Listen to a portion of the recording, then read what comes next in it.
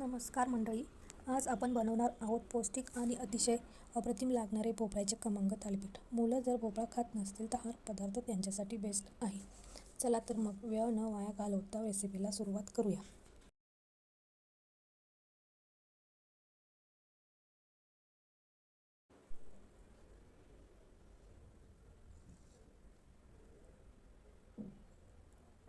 सर्वात आधी मीडियम आकाराचा भोपळा घेऊन पाण्याने स्वच्छ धुवून घ्या.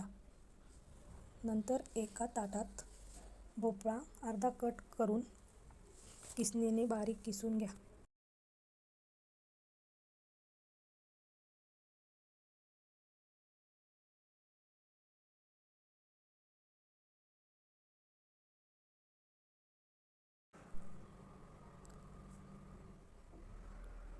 त्यानंतर थोडी कोथिंबीर आणि 2 कांदे बारीक कट करून घ्या. कोथिंबीर थोडी जास्तच घ्या म्हणजे थालीपीठ खूपच छान लागते.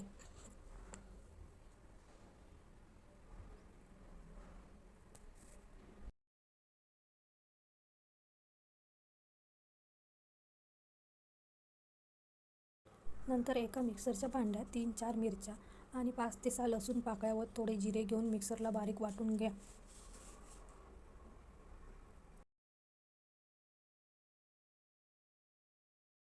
नंतर एका कढईत 1 वाटी डाळीचे पीठ, 1 वाटी बाजरीचे पीठ आणि 1 वाटी गव्हाचे पीठ घेऊन ते चांगले भाजून घ्या. तुम्ही या ज्वारीचे पण पीठ ॲड करू शकता.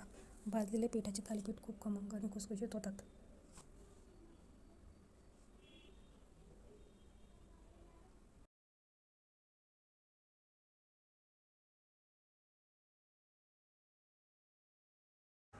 मंद आचेवर पीठ चांगले भाजू द्या.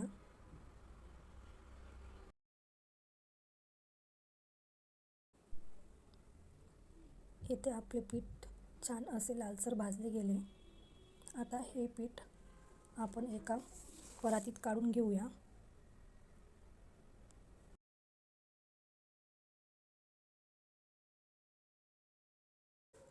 नंतर त्यात चिरलेला कांदा, कोथिंबीर आणि हिरव्या मिरचीची पेस्ट टाकून घेऊया.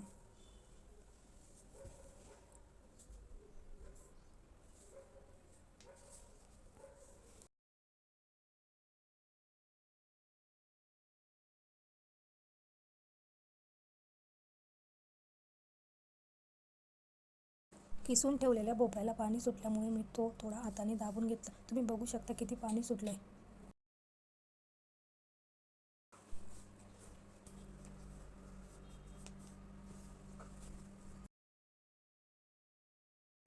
चवीपुरता मीठ, लाल तिखट, हळद आणि थोडे पांढरे तीळ टाकून पीठ चांगले मळून घ्या.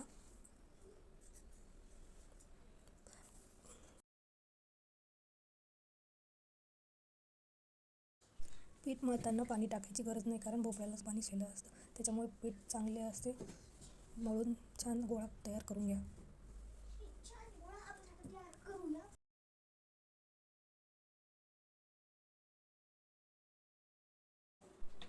तुम्ही बघू शकता छान असा पिठाचा गोळा मळून तयार झालेला आहे. चला तर मग आता आपण थालीपीठ बनवायला सुरुवात करूया.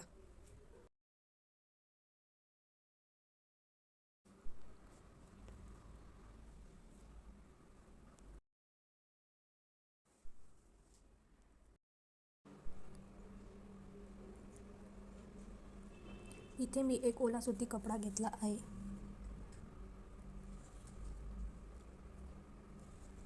पिठाचा एक छोटा गोळा घेऊन हाताला थोडे पाणी लावून हे थालीपीठ आपल्याला मध्यम आकारात थापून घ्यायचे आहे.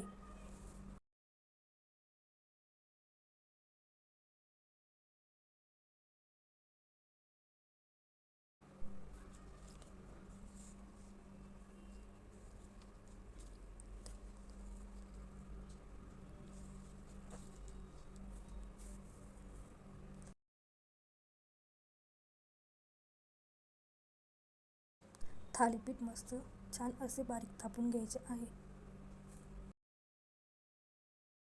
थालीपीठ हाताला चिपकत असेल तर थोडे हात पाण्याने ओले करून घ्या.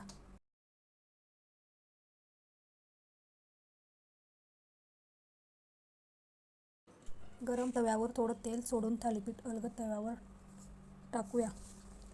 आता मध्यम आचेवर थालीपीठ भाजून घ्या.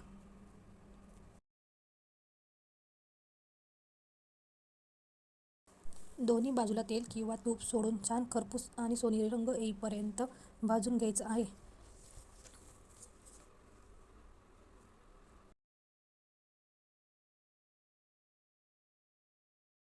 चला तर मंडळी, तयार आहे आपले गरमागरम भोपळ्याचे थालीपीठ. हे तुम्ही दही किंवा शेंगदाण्याच्या चटणीसोबत खाऊ शकता. रेसिपी आवडली असेल तर व्हिडिओला लाईक आणि चॅनलला सबस्क्राईब करा. पुन्हा भेटूया नवीन रेसिपीसोबत. Thank you for watching.